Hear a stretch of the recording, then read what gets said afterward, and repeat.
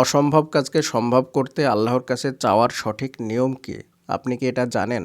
আপনি এমনিতেই সাধারণত দোয়া করেন, কিন্তু আপনি এটা জানেন না যে অসম্ভব কাজকে সম্ভব করতে আল্লাহর কাছে চাওয়ার সঠিক নিয়মটা কী? আজকের এই ভিডিওতে আমরা এই বিষয়গুলো নিয়ে আলোচনা করব যে অসম্ভব কাজকে সম্ভব করতে আল্লাহর কাছে চাওয়ার সঠিক নিয়মটা কী। আল্লাহ সুবহানাহু ওয়া তাআলা কোরআনের মধ্যে এবং হাদিসে অসংখ্য জায়গায় বলেছেন, তোমরা আমার কাছে চাও, আমি তোমাদেরকে দেব।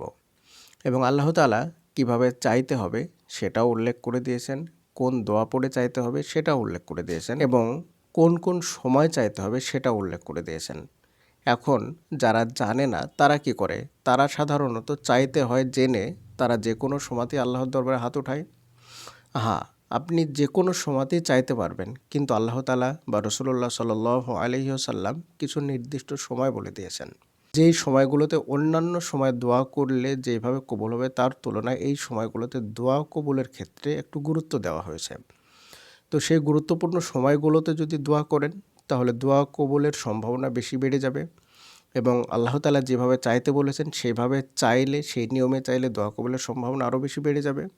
সাধারণত যে কোনো সময়ে যে কোনোভাবে চাওয়া যায়, কিন্তু আপনি যদি সঠিক নিয়ম ফলো করে সঠিক সময়ে সঠিক দোয়া পড়ে চাইতে পারেন তাহলে সেই দোয়া কবুলের সম্ভাবনা অধিক গুণ বেড়ে যাবে। তো চলুন আমরা কিভাবে চাইতে হবে অসম্ভব কাজকে সম্ভব করতে সেই বিষয়গুলো আজকে আপনাদেরকে পরপর বলবো। এই বিষয়টাকে সহজে বোঝার জন্যে আমরা 3টে ভাগে ভাগ করেছি, এবং পরপর সেই 3টে ভাগকে আমরা আলাদা আলাদাভাবে আলোচনা করব, তাহলে আপনাদের বুঝতে সুবিধা হবে। 1 নাম্বার হচ্ছে কিভাবে চাইতে হবে, সেটা একটা ভাগ। 2 নাম্বার হচ্ছে কোন সময়ে চাইতে হবে, সেটা একটা ভাগ। এবং 3 নাম্বার হচ্ছে কোন দোয়া পড়ে চাইলে অসম্ভব কাজ তাড়াতাড়ি সম্ভব হবে, এইটা একটা। তার মানে এই 3টে ভাগ আপনাকে বুঝতে হবে, তবেই আপনি অসম্ভব দোয়াকে বা অসম্ভব কাজকে সম্ভব করাতে পারবেন আল্লাহর কাছে দোয়া করে। আর একটা বিষয় আপনাকে মনে রাখতে হবে, আমরা কিন্তু যে কোনো বিষয় আলোচনা করলে সেগুলো হাদিস এবং কোরআন থেকে রেফারেন্স সহকারে আলোচনা করি। এমনিতেই নিজের মতো মন গড়াভাবে বলে দিলাম যা তা, আর আপনি আমল করতে লাগলেন, সেটাতে কাজও হবে না, আবার যদি কাজও হয় তাহলে সেটা বিদআত হবে, বা সেটা কোরআন এবং হাদিসের বহির্ভূত কাজ হবে, এটা গুনাহ হবে। তাই আমরা বারবার সতর্ক করি যে যেই ব্যক্তিরা রেফারেন্স বা দলিল দেবে না তাদের ভিডিও শুনবেন না, এবং সেই বিষয়গুলো আমলও করবেন না। তো চলুন আর কথা না বাড়িয়ে আমরা হাদিস থেকে শুনে আসি। হাত তুলে দোয়ার বিষয়ে প্রথম যে হাদিসটি আমি আপনাদের সামনে উল্লেখ করব, সেই হাদিসটি হচ্ছে আবু দাউদ শরীফের 1476 নম্বর হাদিস। হাদিসটার মধ্যে বলা হয়েছে, ইজা সাআলতুমুল্লাহ ফাসআলুহু বিবুতুনি আকুফিকুম ওয়ালা তাসআলুহু। এর অর্থ হলো, তোমরা আল্লাহর নিকট দোয়ার সময় হাতের তালুকে সম্মুখে রেখে দোয়া করবে, হাতের পৃষ্ঠ দিয়ে নয়। অর্থাৎ দোয়া করার যে প্রথম নিয়ম, এটা আমরা অনেকেই ভুল করি, আর সেটি হলো দোয়ার টাইম আমরা হাত তুলে ঠিক মতো দোয়া করতে পারি না। আপনি যখন দোয়া করবেন তখন দোয়ার সময় হাতের তালুটা মুখের সামনের দিকে থাকবে, অর্থাৎ আপনার সামনে আপনার হাত দুখানার তালু থাকবে। এটা আপনাকে প্রথমে ঠিক করে নিতে হবে, হাতের তালু দুটো মুখের সম্মুখে থাকবে। এটা তো হলো হাত তুলে দোয়া করা। এবার এই হাত কতটা উত্তোলন করতে হবে, সেটা মুখ বরাবর থাকবে নাকি মুখের উপরে থাকবে নাকি বুক বরাবর থাকবে? আমরা অনেকেই দোয়া করার সময় হাত দুখানা কখনো মুখের সম্মুখে রাখি, মানে মুখ বরাবর রাখি, আবার অনেকেই বুক বরাবর রাখি, আবার অনেকেই মুখের একটু উপরে নিয়ে যায়। তো এই 3টে নিয়মের মধ্যে কোন নিয়মটা সঠিক সেটা আমাদেরকে জানতে হবে। চলুন এটাও আমরা হাদিস থেকে দেখে আসি। আব্দুল্লাহ ইবনে আব্বাস বর্ণনা করেছেন, ইকরিমা ইবনে আব্বাস রাদিয়াল্লাহু তাআলা আনহু উদ্ধৃত করেছেন, কোনো কিছু চাওয়ার সময় তোমরা তোমাদের হাত কাঁধের বিপরীতে তুলবে। এই হাদিস থেকে আমরা যেটা বুঝলাম সেটা হচ্ছে হাত কাঁধ বরাবর ওঠাতে হবে, তবে হাত তোলার 3টে নিয়ম আছে। 1 নাম্বার হচ্ছে যেটা একদম প্রথমের দিকে, সেটা হচ্ছে কাঁধ বরাবর। 2 নাম্বার হচ্ছে মুখমণ্ডল বরাবর, যেটা আমরা অনেকেই করি, একদম মুখের দিকে হাত দুখানা, হাতের সামনের তালুটা মুখ বরাবর থাকবে। আর 3 নাম্বার হচ্ছে একদম উপরের দিকে হাত তুলে দোয়া করা। এই দোয়া করার ব্যাপারে এটা এমন একটি দোয়া যেটা মানুষ একদম প্রচুর বিপদে পড়ে যায়, একদম এখনই লাগবে, দিতেই হবে, পাওয়াই লাগবে, এই মুহূর্ত আসলে এইভাবে উপরের দিকে হাত তুলে দোয়া করতে হয় কাকুতি মিনতি করে। এছাড়াও একটি হাদিসের মধ্যে বলা হয়েছে, ইন্নাল্লাহা হাইয়ুন কারিমুন ইয়াস্তাহি ইদা রাফা রাজুলুন ইলাইহি ইয়াদাইহি আইয়ারুদ্দাহুমা সফরা। এর অর্থ হলো, আল্লাহ তাআলা দয়ালু দাতা, যখন বান্দা তার সামনে প্রার্থনার হাত প্রসারিত করে তখন তার শূন্য হাতে ফিরিয়ে দিতে তিনি লজ্জাবোধ করেন। এই হাদিসটি তিরমিজি শরীফের 3556 নম্বর হাদিস। এই হাদিসগুলো থেকে আমরা যেটা বুঝতে পারলাম সেটা হচ্ছে দোয়ার সময় হাত তুলে দোয়া করাই উত্তম, কারণ হাত তুলে দোয়া করলে আল্লাহ তাআলা বান্দার হাতকে খালি ফিরিয়ে দিতে লজ্জাবোধ করেন। এবার আমরা দেখব কোন সময়গুলোতে হাত তুলে দোয়া করলে সেই দোয়া কবুলিয়াতের সম্ভাবনা বেশি বেড়ে যায় বা দোয়া কবুল হবেই। সেক্ষেত্রে আমরা 7টি সময়ের কথা উল্লেখ করব, যদিও আরও অনেক সময় আছে, কিন্তু আমরা 7টি বিশেষ সময়ের কথা উল্লেখ করব। 1 নম্বর হচ্ছে শেষ রাত, যেটা ফজর নামাজের আগে, মানে ফজরের আগের যে সময় সেটা হচ্ছে শেষ রাত্রি। এক্ষেত্রে আপনাকে শেষ রাত্রি যদি আপনি আরও সুন্দরভাবে নির্বাচিত করতে চান বা বুঝতে চান, তাহলে আপনাকে একটা পদ্ধতি অবলম্বন করতে হবে। সেটা হচ্ছে রাত্রিটাকে 3টে ভাগে বিভক্ত করবেন, দিয়ে রাত্রির শেষ যে অংশ হবে সে অংশটাকে আপনি বেছে নেবেন। যে অংশটাকে সেহরির অংশ বলা হয়, মানে রমজান মাসে যে টাইমে মানুষ সেহরি খায় সেই সময়টা হচ্ছে শেষ রাত্রি। তো এই সময়ে দোয়া করলে কোনো দোয়াই ফেরত দেওয়া হয় না, যা চাওয়া হয় তাই আল্লাহ তাআলা দিয়ে দেন। 2 নম্বরে যে সময়টির কথা উল্লেখ করব সেটি হচ্ছে ফরজ সালাতের পর। ফরজ সালাত, আমরা যে দিনে 5 ওয়াক্ত সালাত আদায় করি, সেই 5 ওয়াক্ত সালাতের ফরজ সালাতের পরের যে সময়, এই সময় অনেক গুরুত্বপূর্ণ। তবে অনেক ক্ষেত্রে এই জিনিসটা আমরা ভুল করে বসি, আর সেটি হলো অনেকেই মনে করেন যে ফরজ সালাতের পর মানেই হচ্ছে যে ফরজ সালাতের পরে সম্মিলিতভাবে হাত তুলে জামাতবদ্ধভাবে যে দোয়া করা হয় সেই সময় মনে করেন। কিন্তু সঠিক নিয়ম হলো ফরজ সালাতের শেষের দিকে, অর্থাৎ যখন আপনি তাশাহুদ পড়লেন, দরুদ শরীফ পড়লেন, তারপরে দোয়া মাসুরা পড়লেন, এই মাসুরা পড়ার পরে সালাম ফেরানো আগের যে সময়টা থাকে সেই সময়ের কথা উল্লেখ করা হয়েছে। মানে আপনি যদি মনে করেন যে তাশাহুদ এবং দরুদ শরীফ পড়ে মাসুরা না পড়ে দোয়া করবেন, তাও করতে পারেন। একাকী নামাজ পড়লে তো কোনো সমস্যাই নেই, দীর্ঘ সময় ধরে দোয়া করতে পারবেন। আর যদি জামাতে পড়েন তাহলে যেটা করবেন সেটা হচ্ছে তাশাহুদ পড়বেন, দরুদ শরীফ পড়বেন, দিয়ে মাসুরা, ওখানে 2টা মাসুরা পড়তে হয়, 2টা মাসুরার মধ্যে যে কোনো একটা পড়ে তারপরে আপনার যেটা প্রয়োজন সেটা দোয়া করতে পারেন। এই সময়ের দোয়া অনেক গুরুত্বপূর্ণ, মানে এই সময়ের দোয়া কবুল হবে, এটা হাদিসের মধ্যে এসেছে। তারপরে আমরা 3 নম্বরে যেই সময়ের কথা উল্লেখ করব সেই সময়টা হচ্ছে আজান ও একামতের মধ্যবর্তী সময়। আজান এবং একামতের মধ্যবর্তী যে সময় থাকে এই সময়ের দোয়া আল্লাহ তাআলা ফেরত দেন না, অনেক গুরুত্বপূর্ণ সময়।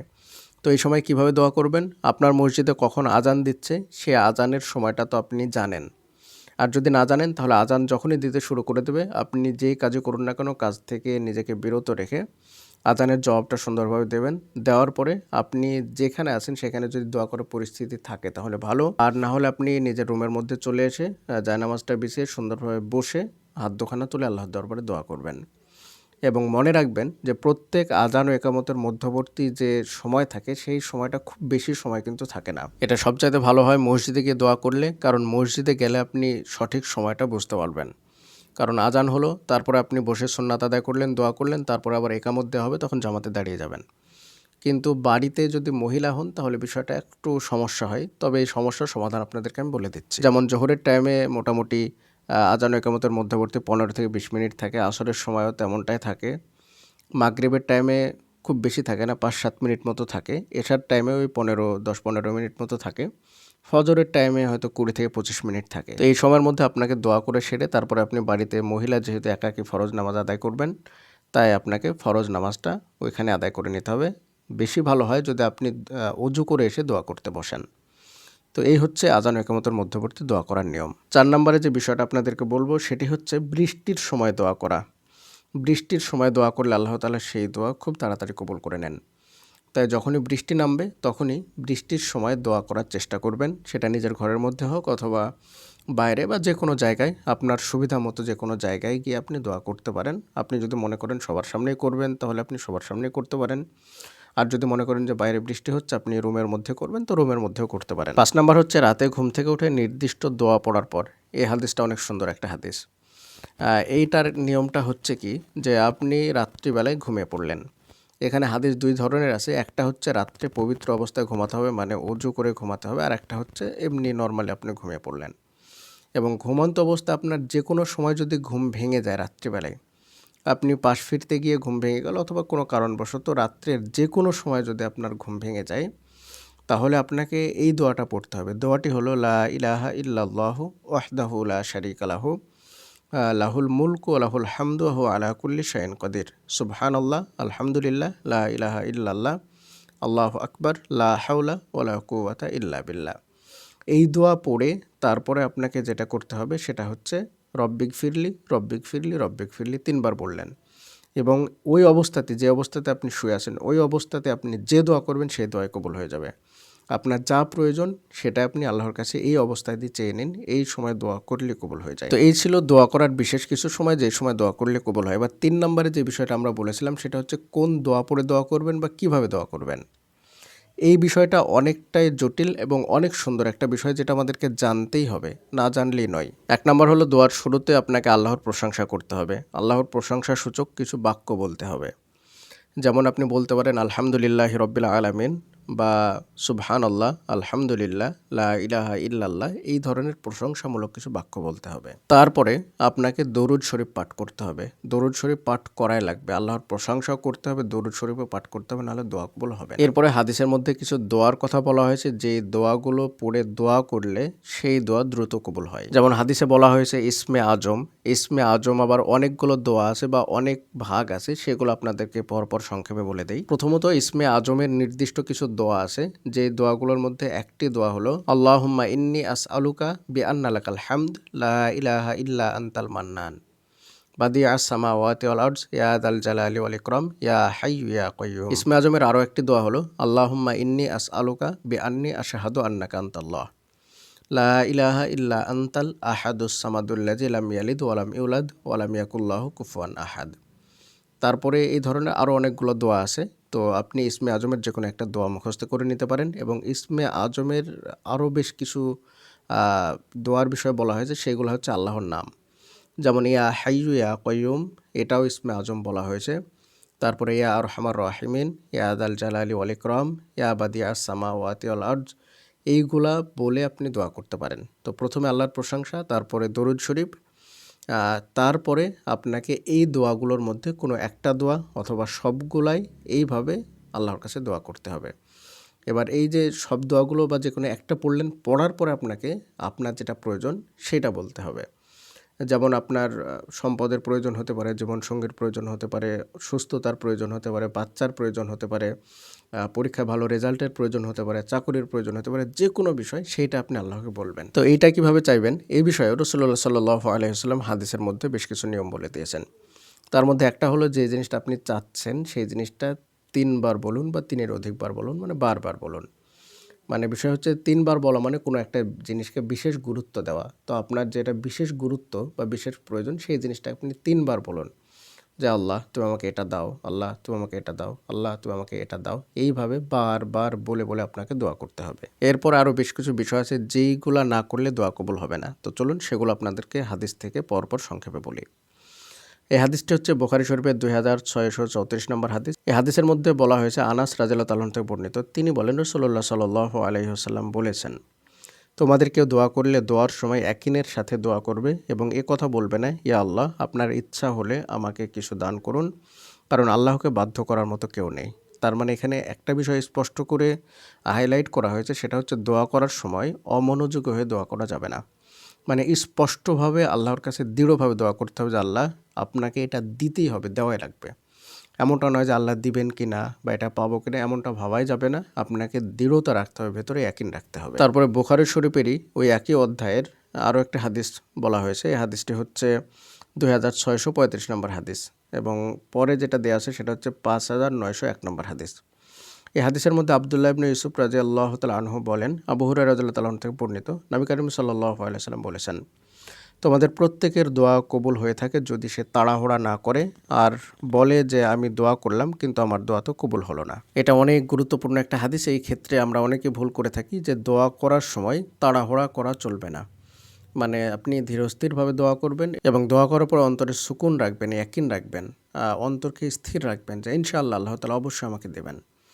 এবং আরও একটা বিষয় আপনাকে মনে রাখতে হবে যে দোয়া করার পরে আপনি একদিন দোয়া করলেন, 2 দিন করলেন, 3 দিন বা 1 মাস 2 মাস পরে আপনি এটা বলতে লাগলেন যে কই এত দোয়া করলাম কিছুই পেলাম না, কত দোয়া করছি কিন্তু আমার দোয়া তো কবুলই হচ্ছে না, আমার দোয়া আল্লাহ কবুলই করছেন না। এরকমটা বলাও যাবে না বা মনের মধ্যেও নিয়ে আসা যাবে না। যদি মনের মধ্যে আসে তাহলে মনকে পরিবর্তন করতে হবে। এবং আরও একটা হাদিসের মধ্যে আল্লাহ তাআলা বলছেন, এটাও বুখারী শরীফের হাদিস, আনা ইনদা জন্নি আবদি বি, আমি আমার বান্দার ধারণা অনুযায়ী করে থাকি। তো আপনি আল্লাহর প্রতি যেমন ধারণা রাখবেন আল্লাহ তাআলা আপনার সঙ্গে ঠিক তেমনটাই করবেন। তো এই হচ্ছে বিষয় আমরা যেটা নিয়ে আলোচনা করলাম, যে অসম্ভব কাজকে সম্ভব করতে চাইলে এইভাবে আপনাকে প্রত্যেকটা বিষয়কে সঠিকভাবে নিয়মগুলোকে মেনে তারপরে দোয়া করতে হবে। ইনশাআল্লাহ আপনার কাজটি যতই অসম্ভব হোক না কেন আপনার দোয়াটি কবুল হবেই।